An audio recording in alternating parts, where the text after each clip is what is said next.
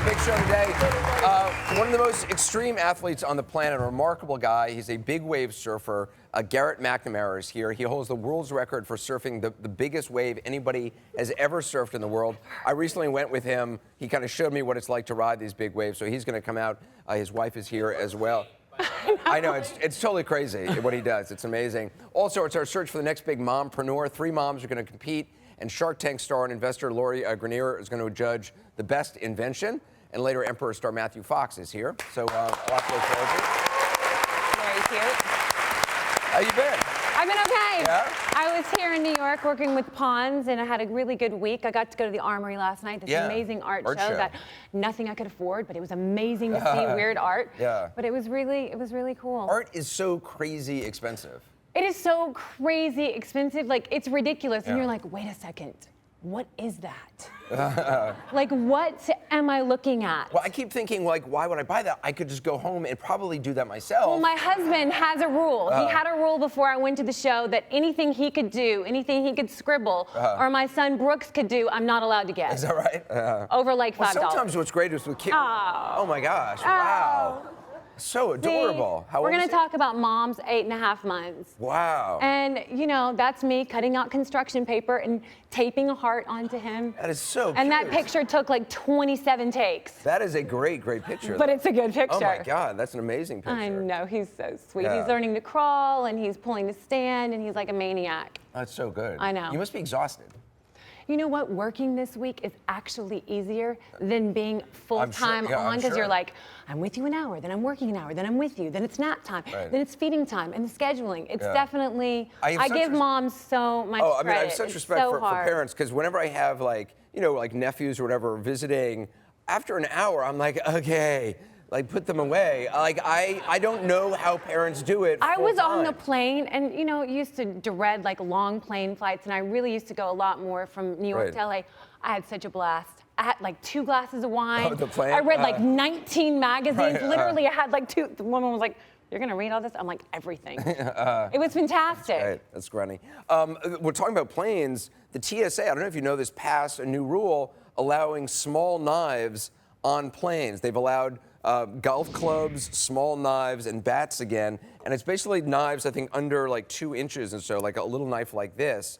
I don't get, though, why they would do this. I mean, I do not get this. My friend was sitting behind me, and the flight attendant on the flight coming back last time when I was with you, they're like, I'm sorry, we need your DVD player. Just 1 more minute. I'm sorry, we really need your DVD player. He threw it at her. Finally, and was like, the police were there. I'm like, and so now, I mean, that's what you can do with a DVD player. Imagine what you can do with a small knife. It just doesn't seem like a good idea to be allowing knives but at yet, all. this.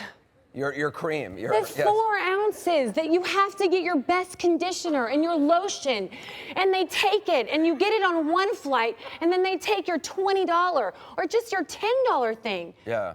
And it's. Did you know that apparently there's a guy named Jeffrey Goldberg who's a writer? Because I'm going to make a bomb out of this lotion. There's a guy, Jeffrey Goldberg, who's this writer, and he sort of tests airport security a lot.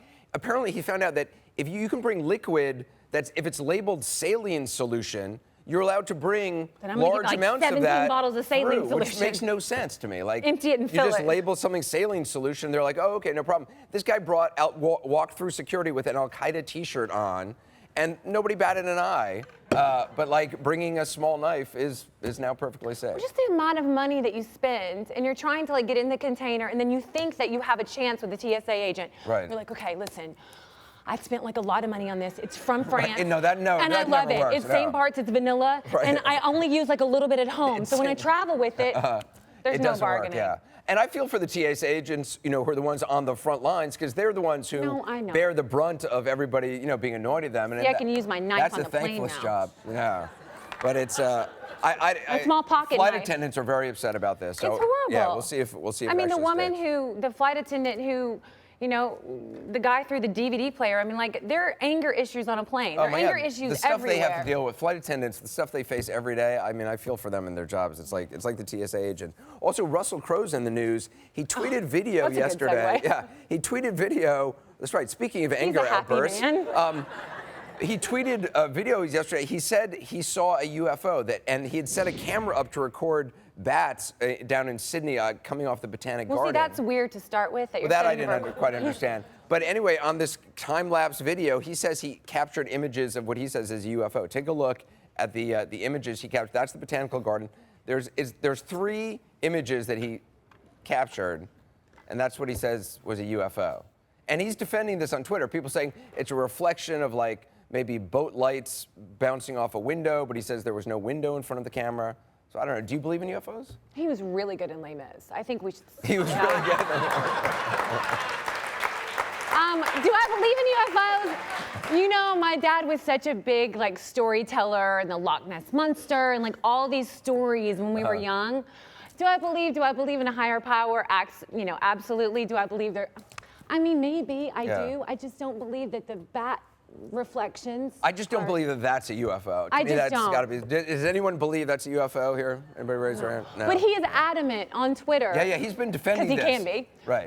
That it is a UFO. Absolutely. He's saying this is absolutely. I have a list. You have a list. Our team is very smart. Okay. We made a list of other celebrities that have seen UFOs. Oh, good. Because Anne it's Heche. really important that we know what other Wasn't Anne celebrities Heche- have seen Wasn't UFOs. Wasn't Anne Heche like hiding in someone's Because Yeah. nobody's more qualified to judge what's a UFO Well, than let a me give you the celebrity. list, and then you two. Go ahead. All Go right, ahead. you two Let's can hear decide. it. Anne Heche, Jackie Gleason. Oh wait, Anne Heche has seen a UFO? I'm No. stunned. I'm stunned Billy by Ray that. Cyrus. Really? Achy Breaky Heart, John Lennon, Sammy Hagar, Muhammad Ali, I don't know if it was before or after boxing, Jimmy Carter, David Bowie, and Alexander the Great. Alexander the Great? Interesting. I wish we I could don't question even, him. this is our research team, so we don't even know where it's from. Yeah. You went to Wikipedia. Yeah. Far back. Yeah, I don't know about that. It's funny, folks on my staff were flipping through People magazine. You know, I've been defending Anne Hathaway I lately, know, 'cause I feel I know. like people are unfairly ganging up on Classy her. man. I just feel like people are ganging up on her. Now my staff thinks I'm obsessed with her and stalking her, so they found this picture in People magazine. Take You a are look. stalking her. Look, it looks, they say that's me in the it back. looks just like It's not me. you. Anderson is now running and security detail Right, no, on yes. how to be sincere. Right, no. And how to be, listen, I love Anne. I feel bad for her. I think that a lot of people, when someone is successful, they definitely want to Pile tear on. you down. Yeah. However, that being said, I do think that,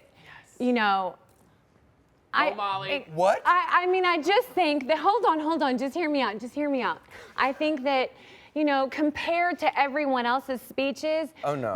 I know. Oh, no, do not go there.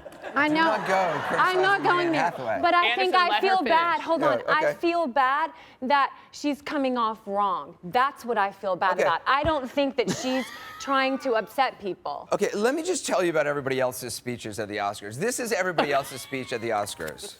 Look, I've just won an Oscar. I'm really surprised. Oh, I'm so surprised. Let me take out my card. I want to thank my agent. I want to thank my management team. I want to thank my PR representative. No, that's it. I loved so Ben boring. Affleck's. Yes, Ben he was Affleck, talking yes, about he's- his wife in Iraq Yes, and the but same, he's and been it was there so and sweet. he's experienced, and she at least I just feel had bad. something to say. No, I know. Even Listen, if- she is an amazing actress. I've met her personally a couple times, and she's awesome. I wasn't saying that. No, I know. I was just saying, I think people, when they're watching, you Right. want tears. Yeah, people you want them tears, to yeah. shake. But it's so even her rare that- falling was fantastic. It's so rare that you get a good speech at the Oscars that No, I I know. feel like I at couldn't least do she it. had something to say. She wasn't just reading off a list of names. Anyway. It was the whisper. It was the whisper when she won I that don't got wanna- people. I don't wanna hear your negativity. I'm not being I don't negative. wanna I'm hear giving you the anti- facts. It's a whisper. Halfway She went up. She goes, "I did it. No, she didn't say I did it. She said it came true or something, right? It came true." You know what? I don't want to hear your negativity. We got a. They're a bunch of haters. We don't like They are a haters. bunch of haters. We don't. Yeah. don't like just, haters. she's trying to do Terrence, something you're a nice. hater. Exactly. Funny. I always try to show some funny videos that I'm obsessed with because I really have nothing better to do with my day than look at viral videos of animals. This is a cat meowing underwater. Would you ever wonder what it sounds like? This is what it sounds like.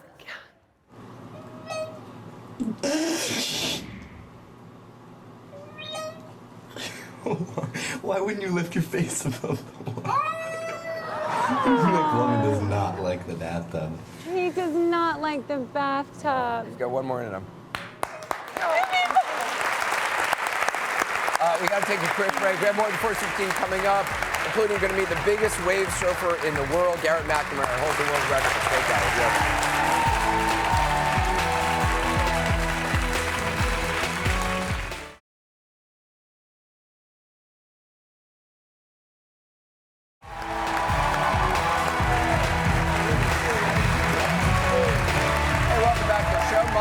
My co-host. You may remember back in December, I told you I kind of went blind for a while, for a day or so, after shooting a report for 60 Minutes in Portugal. I know, I should have worn sunglasses. I was there documenting a big wave surfer named Garrett McNamara, an incredible guy who back in 2011 broke the record for riding the biggest wave in the world, 78 feet. That's his record-breaking ride back in 2011. Garrett McNamara is here with us today. Garrett, thanks for joining us. Thank you for having me.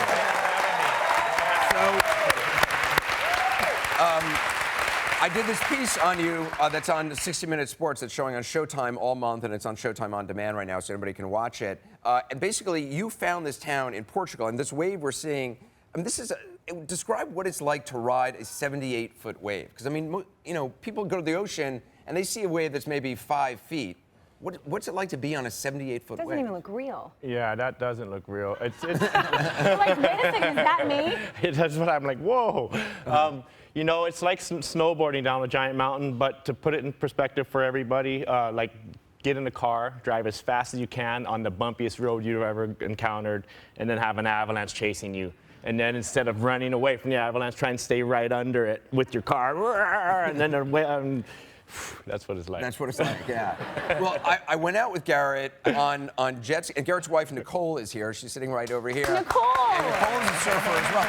Nicole, How do you do this? yeah. We've never been away from each other this long. This is kind of weird. I want to go sit over there. Well, Nicole is on the shore scouting the waves for Garrett. So she's got a microphone system, so she spots when the big waves are coming, and she's like, Garrett, it's the third wave. Do you worry about him?